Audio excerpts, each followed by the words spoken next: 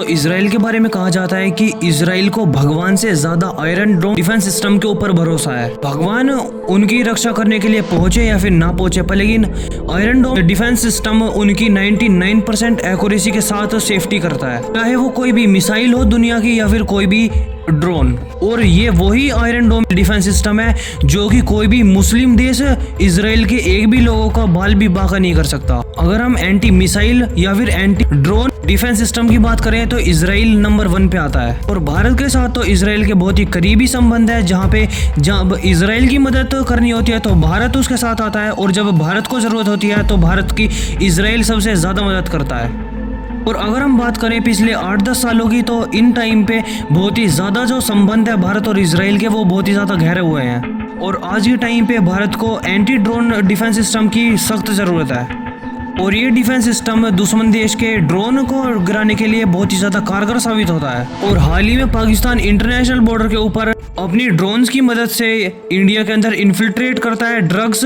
और जो आम एमुनेशन के जैसे इक्विपमेंट है, ये सभी ड्रोन के अंदर अटैच करके इंडिया के बॉर्डर के अंदर गिराता है। और रशिया और यूक्रेन की वॉर और जो अजरबैजान और आर्मेनिया की वॉर हुई थी, उसके अंदर हमें एक बहुत बड़ी सीख मिली है कि हमारे जो सैनिक होते हैं उनकी जान बचाना बहुत ही ज़्यादा इंपॉर्टेंट होता है किसी भी वॉर के अंदर, क्योंकि जितने भी कामिकाज़ी ड्रोन होते हैं ये एक ही साथ 12 से 13 सैनिकों की जान ले लेते हैं।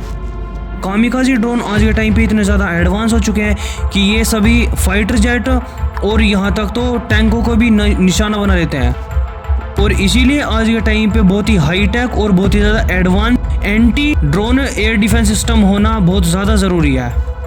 आज के टाइम पे भारत के अंदर भी कुछ ऐसी कंपनियां जो एंटी ड्रोन डिफेंस सिस्टम बनाने में लगी हुई हैं, पर लेकिन वो इतने ज़्यादा ना तो एडवांस, और वहीं अगर हम कंपेयर करें इसराइल के एंटी ड्रोन डिफेंस सिस्टम की तो वो बहुत ही ज़्यादा एडवांस है। और हाल ही में इसराइल और इंडिया के बीच दिल्ली के अंदर एक बहुत ही ज़्यादा हाई लेवल की मीटिंग हुई है, और ये कोई छोटी मोटी मीटिंग नहीं है बल्कि 3 से 4 दिन तक चलने वाली एक हाई लेवल डेलीकेटेड मीटिंग है, जिसके अंदर डिफेंस और सेफ्टी और सिक्योरिटी के ऊपर बात होगी। और इस मीटिंग के अंदर इसराइल के टॉप ऑफिशियल और भारत के टॉप ऑफिशियल है जिन्होंने पार्टिसिपेट करा है। इस मीटिंग के अंदर कुछ ऐसे लोग भी थे जो इसराइल के डिफेंस एक्सपोर्ट के ऊपर बहुत ज्यादा ध्यान करते हैं, और इसराइल की जो डिफेंस इक्विपमेंट बनाने वाली कंपनीज हैं उनके भी टॉप ऑफिशियल पार्टिसिपेट करा था इस मीटिंग के अंदर। और इस मीटिंग के अंदर भारत के भी डिफेंस मिनिस्ट्री के टॉप ऑफिशियल भी पार्टिसिपेट कर रहे थे। और कुछ ऐसा बताया जा रहा है कि 3 से 4 दिन तक ये कंटिन्यूअस लगातार मीटिंग चलती रहेंगी।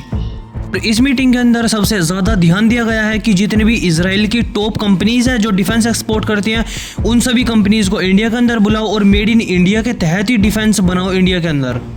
ताकि जो इंडिया की और जो इसराइल की डिफेंस एक्सपोर्ट करने वाली कंपनीज हैं वो जॉइंट वेंचर के तहत इंडिया के अंदर ही डिफेंस बनाए। और जब ये हथियार इंडिया के अंदर ही मैन्युफैक्चर होंगे तो इससे जॉब भी क्रिएट होगी और इंडियन डिफेंस एक्सपोर्ट को भी बहुत सहारा मिलेगा। और जो इस पूरी मीटिंग के अंदर सबसे ज्यादा इंपॉर्टेंट ऑब्जेक्टिव था वो था anti drone air defence system बनाना। और इस डिफेंस सिस्टम के लिए भारतीय सरकार ने इसराइल की कुछ कंपनीज और इसराइल की जो गवर्नमेंट है उनसे मदद मांगी थी, और टोटल इसराइल की 3 कंपनियां जिन्होंने अपने अपने एयर डिफेंस सिस्टम भारत को ऑफर करे हैं। और ऐसा नहीं है कि इसराइल की सिर्फ यही 3 कंपनियां जो भारत को ऑफर कर रही है, बल्कि 3 से 4 और भी कंपनियां इसराइल की जो भारत को अलग अलग ऑफर दे रही हैं। अब देखना ये होगा कि इंडियन डिफेंस एक्सपर्ट और इंडियन आर्मी किस को सेलेक्ट करती है। बाकी इस न्यूज़ के ऊपर आपका क्या व्यू पॉइंट है वो कमेंट सेक्शन में जरूर बताना, और लाइक और सब्सक्राइब जरूर कर लेना।